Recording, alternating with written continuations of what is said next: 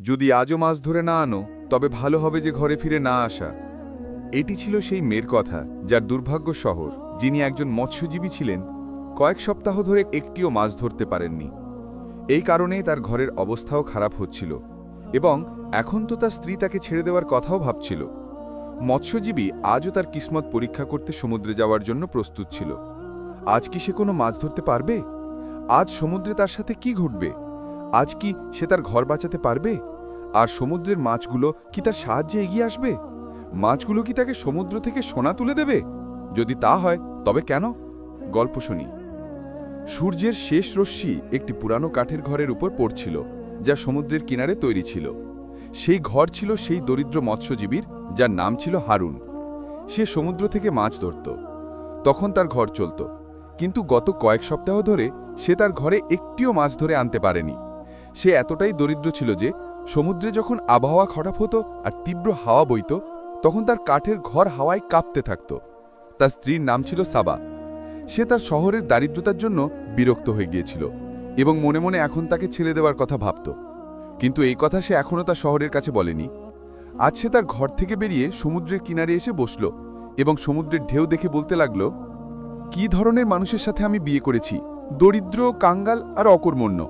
এই বলে সে চুপ হলো এবং সমুদ্রের দিকে তাকিয়ে আবার ভাবতে লাগল, যদি আজও সে মাছ ধরে না আনে তবে আমি তার ঘর ছেড়ে চলে যাব। ওই ঘরে আর বাকি কি আছে? সে এই ভাবছিল, এমন সময় তার চোখে একটি নৌকো পড়ল, যা সমুদ্র থেকে তার দিকে আসছিল। সেই নৌকোয় তার শহর বসা ছিল এবং তীরের দিকে আসছিল। যখন সে তার নৌকা নিয়ে তীরে পৌঁছল, তখন তার স্ত্রী সাবা আশা নিয়ে তার নৌকার দিকে তাকালো, যে হয়তো আজ সে কোনো মাছ ধরে এনেছে। কিন্তু আজও তার নৌকায় কোনো মাছ ছিল না। মৎস্যজীবী হারুনের মলিন মুখটিও এই গল্পই বলছিল যে আজও সে সমুদ্র থেকে খালি হাতে ফিরেছে। তার চোখে লজ্জা ছিল, সে তার স্ত্রীর সাথে চোখ মেলাতে পারল না এবং চুপচাপ তার ঘরের দিকে হাঁটতে লাগল। তার স্ত্রী সাবা তাকে রাগের সাথে দেখতে থাকল। হারুন যখন তার ঘরের দরজা খুলে ভিতরে প্রবেশ করল, তখন সাবাও তীর থেকে উঠে তার পিছনে চলে এলো। সাবা অভদ্রভাবে বলল, আজও বস্তির সব মৎস্যজীবীদের জাল মাছ দিয়ে ভরা ছিল, আর তুমি এতটাই অপয়া যে 20 দিন ধরে একটিও মাছ ধরতে পারোনি। হারুন, যে তার ঘরের দেয়ালের সাথে চোখ বন্ধ করে বসেছিল, হতাশ কণ্ঠে বলল, সাবা, আমি তো চেষ্টা করছি, কিন্তু কি করব, কিসমত সাথ দিচ্ছে না। কিন্তু তুমি চিন্তা করো না, দেখো, কাল সকালে সব ঠিক হয়ে যাবে। সাবা তাকে ধমক দিয়ে বলল, তুমি আমার কথা কান খুলে শোনো, যদি কালও তুমি কোনো মাছ ধরতে না পারো তবে আমি চিরকালের জন্য তোমাকে ছেড়ে আমার মা বাবার ঘরে চলে যাব। এই বলে সে মুখ বাঁকিয়ে বাসনপত্রের কাছে গিয়ে বসল। সম্ভবত সে তার শহরের কাছ থেকে খাবারের জিনিস লুকাতে চাইছিল। মৎস্যজীবী হারুন বলল, সাবা, আমি জানি তুমি আমাকে ছেড়ে কখনো যাবে না। সাবা কোনো উত্তর দিল না। তখন হারুনও আবার বলল, আমার খুব খিদে পেয়েছে, আমি সকাল থেকে কিছুই খাইনি, আমাকে খাওয়ার জন্য কিছু দাও। সাবা রাগের সাথে বলল, কোথা থেকে দেব তোমাকে খাবার? কিছু উপার্জন করে এনেছিলে তাহলে আজ পেতে। আমি নিজেই তোমার জন্য সকাল থেকে ভুকা আছি। তোমার সাথে থাকার চেয়ে ভালো আমি আমার ঘরে ফিরে যাই, নয়তো সমুদ্রে ঝাঁপ দিয়ে আমার জান দিয়ে দিই। হারুন তৎক্ষণাৎ সাবার দিকে তাকালো এবং তারপর তার জন্য কোনো প্রতিবেশীর কাছ থেকে রুটি ভিক্ষা করতে ঘর থেকে বেরিয়ে গেল। বাইরে তখন রাত। সমুদ্রের তীব্র হাওয়া হারুনের সাথে এমনভাবে ধাক্কা খাচ্ছিল যেন দারিদ্র তার ঘরের দরজায় ধাক্কা দিচ্ছিল। হারুনের ঘর থেকে বের হবার সাথে সাথে সাবা মাটির পাত্রে লুকানো সালোনার রুটি বের করে তাড়াতাড়ি খেতে শুরু করল। হারুন তার বস্তির এক মৎস্যজীবী সিরাজের ঘরের দরজায় পৌঁছে দরজায় টোকা দিতে লাগল। সিরাজ বাইরে এলো। হারুন বলতে লাগল, সিরাজ ভাই, আজ ঘরে খাওয়ার কিছু নেই, আপনি কি খাওয়ার জন্য কিছু দিতে পারেন? বস্তির সব মৎস্যজীবী জানত যে হারুনের কিসমত খারাপ চলছে, তার জালে কোনো মাছ আসে না। এই কারণে সিরাজও এখন তার সাথে দেখা করতে চাইত না। সিরাজ ঘৃণার সাথে বলল, ঘরে কিছু নেই, আর হ্যাঁ, পরের বার এখানে আসিস না। হারুন সিরাজের ঘরে পড়ে থাকা ঢের সারি মাছ দেখতে পেল, যেগুলো সে সকালে বাজারে বিক্রি করতে যাচ্ছিল। হারুন সেই মাছগুলোর দিকে ইশারা করে সিরাজকে বলল, আল্লাহ আজ আপনাকে অনেক মাছ দিয়েছেন, ওগুলোর মধ্যে থেকে কি আপনি আমাকে একটি মাছ দিতে পারেন? আমি ভিক্ষা চাইছি না, এটা আপনার কাছ থেকে ধার হবে। আমি যখনই সমুদ্র থেকে মাছ ধরব তখন আপনাকে একটির বদলে 2টো মাছ ফিরিয়ে দেব। সিরাজ রাগের সাথে বলল, একটা মাছ ধরতে পারিস না আর আমাকে 2টো মাছ ফিরিয়ে দেবি, যা হাট। হারুন লজ্জিত হয়ে মৎস্যজীবীদের বস্তির আরেকটি ঘরের দিকে গেল, কিন্তু সেখান থেকেও তাকে অপমান করে তাড়িয়ে দেওয়া হলো। হারুন অসহায় অবস্থায় সমুদ্রের ঢেউয়ের কাছে এসে বসল। তার চোখে পানি ছিল। সে কাঁদতে কাঁদতে আকাশের দিকে তাকালো। আকাশের তারাগুলো তাকে আজ ঝাপসা দেখাচ্ছিল। সে কাঁদতে কাঁদতে আল্লাহর কাছে বলতে লাগল, হে আল্লাহ, তোমার এই বান্দার সাহায্য করো, আমাকে রিজিক দাও। হে আল্লাহ, সবার জালে মাছ আসছে, আমার জালে কেন আসছে না? আমার সাহায্য করো আল্লাহ, আমার সাহায্য করো। অশ্রুতে হারুনের মুখ আর সমুদ্রের পানিতে তার কাপড় ভিজে গিয়েছিল। ভুকে তার সাহস ভেঙে যাচ্ছিল। তাকে মনে হচ্ছিল যে সবকিছু শেষ হয়ে গেছে, তার সাহস, রিজিক আর তার জন্য মাছও। সমুদ্রের ঢেউ তাকে ভিজিয়ে আবার সমুদ্রে ফিরে যাচ্ছিল আর আবার ফিরে আসছিল। সমুদ্রের এই খেলার মাঝে এক বৃদ্ধ ব্যক্তি, যার নাম ছিল আটিফ বাবা, তার নজর হারুনের উপর পড়ল। তিনি হারুনকে বলতে লাগলেন, বাবা, এখনো সমুদ্রে পানি আরো সামনে এগিয়ে আসবে, এখানে বসা বিপজ্জনক হতে পারে, ওঠো। হারুন মাথা নিচু করে বসে তার চিন্তায় এতটাই ডুবে গিয়েছিল যে সে বৃদ্ধের কথা শুনতে পায়নি। বৃদ্ধ আবার বললেন, বাবা, সব ঠিক আছে। এবারও যখন হারুন কিছু বলল না, তখন বৃদ্ধ তার কাঁধে হাত রেখে বললেন, বাবা, কোনো সমস্যা থাকলে আমাকে বলো। হারুন ভেজা চোখে বৃদ্ধের দিকে তাকালো, কিন্তু কিছু বলল না। বৃদ্ধ আবার বললেন, মানুষ পরিস্থিতির কাছে ভয় পায় না, কখনো হার মানে না, বলো কি হয়েছে। হারুন কাঁপা গলায় কাঁদতে কাঁদতে বলল, খাওয়ার জন্য কিছু পাওয়া যাবে? বৃদ্ধ মুচকি হেসে বললেন, বাস, এতটুকু ব্যাপার, আমি এক্ষুনি আসছি। এই বলে বৃদ্ধ তার ঘরে চলে গেলেন আর হারুন তীরের বালিতে বসে তার অপেক্ষা করতে লাগল। কিছুক্ষণ পর বৃদ্ধ তার হাতে খাবার নিয়ে হারুনের কাছে ফিরে এলেন। এই নাও, এটা তোমার জন্য, বৃদ্ধ হারুনকে বললেন। হারুন বৃদ্ধের দেওয়া জিনিস দেখল, তাতে ছিল সবজি, ডাল আর 3টে রুটি। খাবার দেখে হারুনের চোখে আবার অশ্রু এলো। সে বৃদ্ধের কাছে কৃতজ্ঞতা প্রকাশ করল এবং দ্রুত পায়ে তারা ঘরে ফিরে এলো।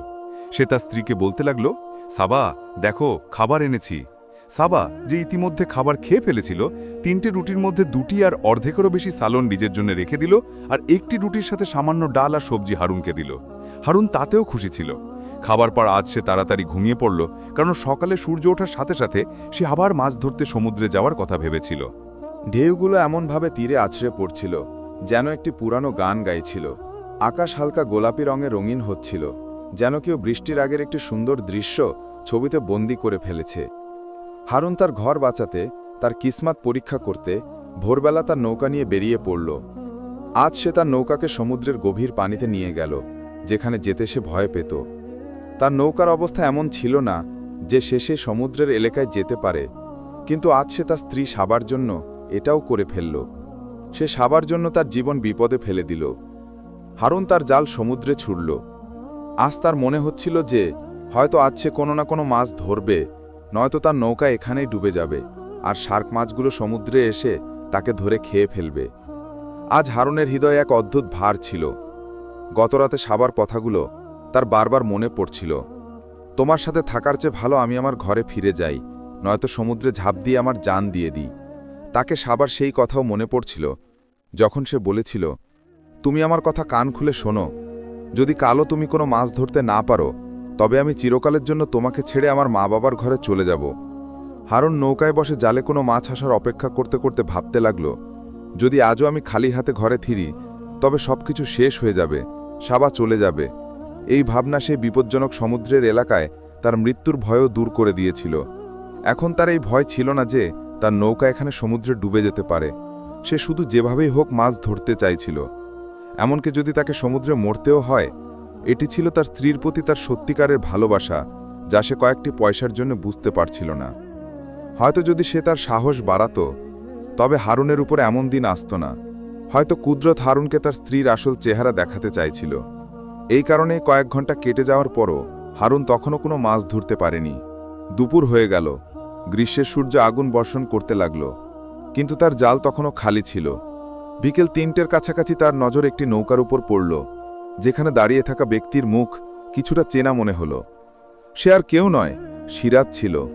সেই সিরাজ যে গতরাতে হারুনকে অপমান করে তার ঘরের দরজা থেকে ফিরিয়ে দিয়েছিল।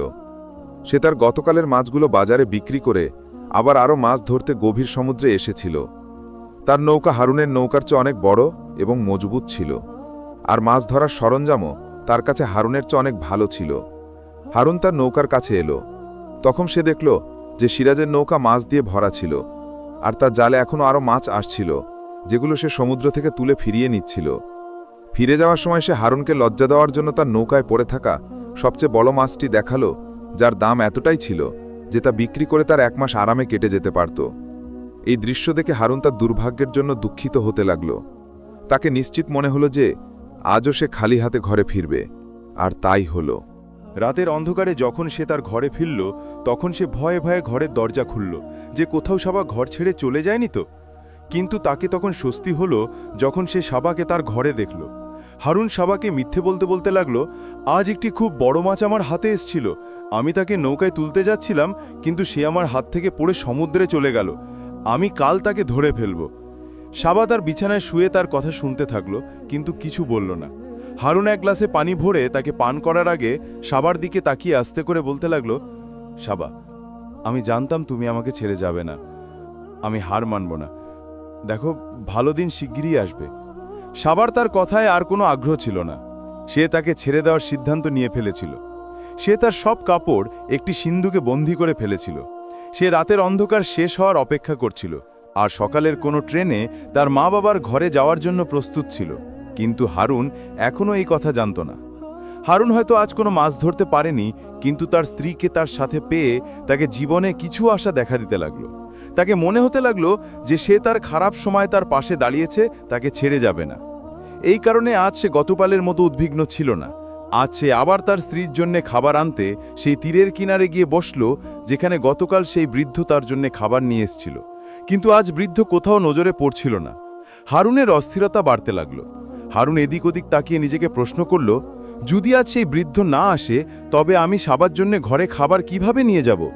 সময় কেটে যেতে লাগলো। রাত গভীর হলো, তারারা আরও উজ্জ্বল হলো, হাওয়া আরও ঠান্ডা হলো, আর ঢেউগুলো আরও তীব্র হতে লাগলো। এখন তীরের কিনারে বসে বৃদ্ধের অপেক্ষা করা বৃথা ছিল। আজ সে আসবে না।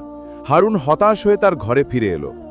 আজ তার জীবনে এটি ছিল প্রথম মুহূর্ত যখন সে তার স্ত্রীর জন্য খাবারের কোনো জিনিস আনতে পারেনি। সাবা রাতের খাবার খেয়ে সকালের অপেক্ষায় ঘুমিয়ে পড়েছিল, আর হারুন ভেজা চোখে সেই বাসনগুলোর দিকে তাকিয়েছিল যেগুলোতে সাবা খাবার রাখত। সে ঘরের বাসনগুলো এই আশায় দেখতে শুরু করলো যে হয়তো তাদের মধ্যে কোনো খাবারের জিনিস পাওয়া যাবে। তার নজর একটি পাত্রের উপর পড়ল, যা দেখে মনে হচ্ছিল যে হয়তো তাকে লুকিয়ে রাখা হয়েছে। হারুন তাকে খুলল, তখন তার চোখ খোলা রইল। পাত্রটি রান্না করা ভাতে ভরা ছিল। সে খুশিতে বলল, সাবা দেখো ভাত। এই বলে সে থেমে গেল এবং আর কিছু বলতে পারল না, কারণ সে বুঝে গিয়েছিল যে এই ভাত সাবা তার কাছ থেকে লুকিয়ে রেখেছিল। আর কিন্তু ঘরে যখন কিছুই ছিল না, তখন এই ভাত সাবার কাছে এলো কোথা থেকে? যখন সে ভাবল, তখন তাকে মনে পড়ল যে 1 মাস আগে যখন সে মাছ ধরেছিল, তখন সে তা বিক্রি করে ভাত কিনে এনেছিল, আর তখন থেকে তার ঘরে একবারও ভাত রান্না হয়নি। সে বুঝে গিয়েছিল যে সেই ভাত সাবা তার জন্য সংরক্ষণ করে রেখেছিল, আর আজ তা রান্না করেছে। তাকে এই কথার জন্য এতটা দুঃখ হয়নি যে সাবা শুধু নিজের কথা ভেবেছে, বরং তাকে এই কথায় খুশি হলো যে সে আজও ভুকা ঘুমায়নি। হারুন তার পেট ভরার জন্য সেই ভাত খেল যা সাবা লুকিয়ে ঘুমিয়েছিল। মাঝ রাতে সমুদ্রের পানি আরও সামনে এগিয়ে আসত। পানি সেই ঘরের কাছাকাছি পৌঁছে যেত যেখানে হারুন আর সাবা থাকত। আজও সমুদ্রের পানি তাদের ঘরের কাছাকাছি এসে পড়েছিল, যার ফলে তাদের ঘরে শীতের মতো ঠান্ডা হয়ে গিয়েছিল। হারুন একটি চাদর নিল এবং বিছানায় শুয়ে ঘরের জানালা দিয়ে বাইরে সমুদ্রের ঢেউ আসা যাওয়া দেখতে দেখতে এই ভাবতে লাগলো যে আজ সে সকাল থেকে ভুকা ছিল, আর সাবা তবুও তার কাছ থেকে ভাত লুকিয়ে রেখেছিল। এই চিন্তার মাঝেই সে ঘুমিয়ে পড়ল, আর সমুদ্রে সকাল হয়ে গেল। আজ সেই সকাল ছিল যা হারুনকে সাবাক আসল চেহারা দেখাতে যাচ্ছিল। আজ সেই সকাল ছিল যা সবকিছু বদলে দেবে। আজ সেই সকাল ছিল যা সেই স্ত্রীদের জন্য একটি শিক্ষা হয়ে উঠবে, যারা তাদের শহরের কঠিন সময়ে তাদের সাথে থাকে না, তাদের সাহস বাড়ায় না, তাদের একা ফেলে দেয়। সকালের প্রথম রশ্মির সাথে সাথে হারুন আবার পরিশ্রম করার জন্য উঠে পড়ল। সাবা তখনও ঘুমাচ্ছিল। হারুন সাবাকে তার স্ত্রী হিসেবে জীবনের শেষবারের মতো দেখছিল, কিন্তু এই কথা থেকে অজানা সে সাবার জন্য পরিশ্রম করতে ঘর থেকে বেরিয়ে গেল। সে তার ঘর আর তার শহরকে চিরকালের জন্য ছেড়ে সেখান থেকে চলে গেল। সূর্য তখন কিছুটা উপরে উঠে গিয়েছিল। হারুন তার জাল তুলে সমুদ্রে ছুড়ল। তার হাত জালের দড়ির উপর ছিল, প্রতিবারের মতো একটি আশা আর মাছের অপেক্ষা। কিন্তু হঠাৎ তার জাল নড়তে লাগলো। জাল ভারী মনে হচ্ছিল। হারুন তার হাত দিয়ে জাল টানতে লাগলো, আর যখন জাল পানি থেকে বাইরে এলো, তখন হারুনের চোখে চমক এলো। জালের ভিতরে একটি বড় মাছ ছিল, কিন্তু শুধু সে নয়, তার ছোট ছোট বাচ্চারাও ছিল। মাছ যেন তাকে দেখছিল। হারুন জীবনে প্রথমবারের মতো এমন চোখ দেখল, গভীর, অস্থির আর সাহায্য প্রার্থী। তার নির্মল ছোট বাচ্চারা জালে আটকে ছিল, অস্থির আর অসহায়। হারুনের হৃদয় গলে গেল। সে আস্তে করে জাল খুলল এবং মাছের ছোট ছোট বাচ্চাদের বের করে পানিতে ছেড়ে দিল। তারা তৎক্ষণাৎ সাঁতরে তাদের মায়ের চারপাশে ঘুরতে লাগলো, কিন্তু তাদের মা তখনও জালে ছিল। মাছের বাচ্চারা চাইছিল যে কোনোভাবে তারা তাদের মাকে জাল থেকে মুক্ত করাতে পারে। তারা চাইছিল যে সমুদ্রে তাদের জীবন তারা তাদের মায়ের সাথেই কাটাক। হারুন যখন এই দৃশ্য দেখল তখন সে পুরো গল্প বুঝে গেল, কিন্তু সে ছিল অসহায়। সে তার ঘর বাঁচাতে এবং চালাতে যে কোনো মূল্যে কোনো না কোনো মাছ ধরে আস্তার ঘরে যেতে চাইছিল। তাই সে জালটি পুরোপুরি নৌকার ভিতরে টেনে নিল আর মাছ নৌকা এসে ছটফট করতে লাগলো। নৌকার বাইরে মাছের বাচ্চাদের চোখ এমন দেখাচ্ছিল যেন তারা কাঁদছে। মাছ নৌকায় এসে গিয়েছিল, কিন্তু তার বাচ্চারা তখনও নৌকার সাথে সাঁতরাচ্ছিল। হারুনের নজর আবার মাছের বাচ্চাদের উপর পড়ল। তাদের অবস্থা দেখে হারুনের তাদের উপর দয়া হচ্ছিল। কিন্তু যদি আছে মাছটিকে ছেড়ে দেয়, তবে আস্তার ঘরে খাওয়ার কিছুই থাকবে না, আর হয়তো কাল সে ভুকে সাহস হারিয়ে আবার মাছ ধরতে সমুদ্রে আসতে পারবে না, আর হয়তো তার গল্পই শেষ হয়ে যাবে। অর্থাৎ হারুনের মনে হচ্ছিল যে আস্তার কাছে জীবনের শেষ সুযোগ। আস্তাকে যে কোনো মূল্যে সেই মাছটিকে সমুদ্রে ফিরিয়ে দেওয়া উচিত নয়। হারুন যে মাছটি ধরেছিল তা এতটাই বড় ছিল যে পরের 1 মাস তার আরামে কেটে যেতে পারত। মাছ নৌকায় ছটফট করছিল আর তার বাচ্চারা নৌকার বাইরে পানিতে।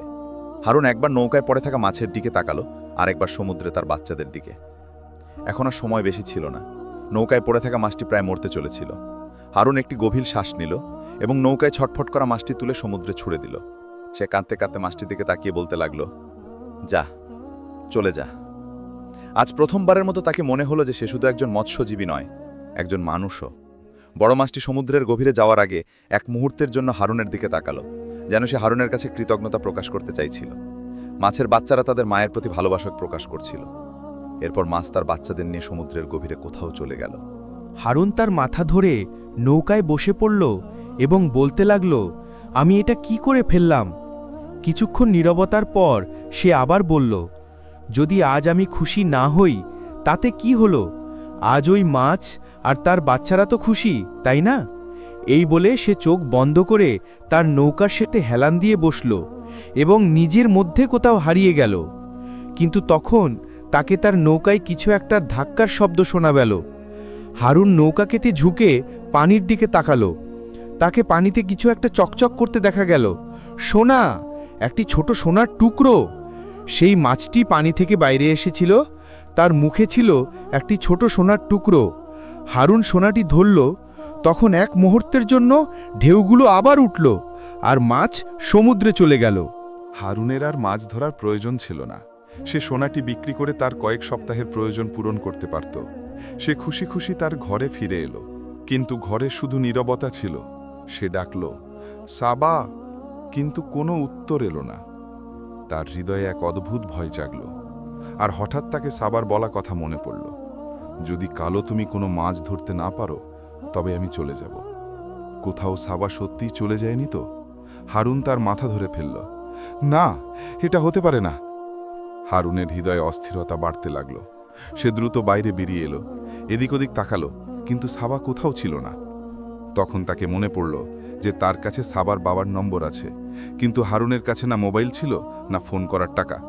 সে কাছের বাজারে গিয়ে সোনাটি বিক্রি করল এবং সাবার বাবাকে ফোন করল। ওপাশ থেকে একটি কঠিন কণ্ঠ শোনা গেল। সাবার বাবার কণ্ঠ শোনা গেল, যিনি তাকে বললেন যে সাবা তাদের ঘরেই আছে এবং এখন সে তার সাথে থাকা তো দূর, তার মুখও দেখতে চায় না। তিনি তাকে আর কখনো ফোন না করতে বললেন। দিন কেটে যেতে লাগল। হারুনের সব চেষ্টা ব্যর্থ হল। হারুন আর সাবার সম্পর্ক চিরকালের জন্য শেষ হয়ে গেল। সেই দিন তাদের সম্পর্ক আইনিভাবে শেষ হয়ে গিয়েছিল। সেই রাতে হারুন সমুদ্রের তীরে এসে বসল। আজ তার কাছে টাকা ছিল, কিন্তু সাবা ছিল না। সাবা তার জন্য নয়, শুধু টাকার জন্য তার সাথে ছিল। যখনই টাকা শেষ হলো সে চলে গেল। যারা সঙ্গ ছেড়ে যায় তারা যে কোনো অবস্থায় ছেড়ে যায়। যারা সত্যি নিজের হয় তারা ভালো খারাপ সময়ে সঙ্গ দেয়। এই গল্প আমাদের একটি নয়, বরং অনেক শিক্ষা দেয়। জীবনে ভালো খারাপ সময় আসে যায়, কিন্তু কঠিন সময়ই আমাদের জানায় যে আমাদের নিজের মানুষ কারা আর পর কারা। যারা কঠিন সময় সঙ্গ দেয় তারাই আমাদের আসল সঙ্গী। ভালো সময় তো পরও সঙ্গ দেয়। যদি আপনি এই গল্পের পরবর্তী অংশ দেখতে চান, যেখানে হারুনের জীবনে আরও অদ্ভুত ঘটনা ঘটবে, তবে কমেন্টে জানান। সেই পর্ব আরও ভালো হবে, যার পরে আপনি তৃতীয় পর্বও দেখতে চাইবেন। আর হ্যাঁ, বেল আইকন টিপুন, যাতে সালাম ভয়েসের পরবর্তী গল্প আপনার কাছে তৎক্ষণাৎ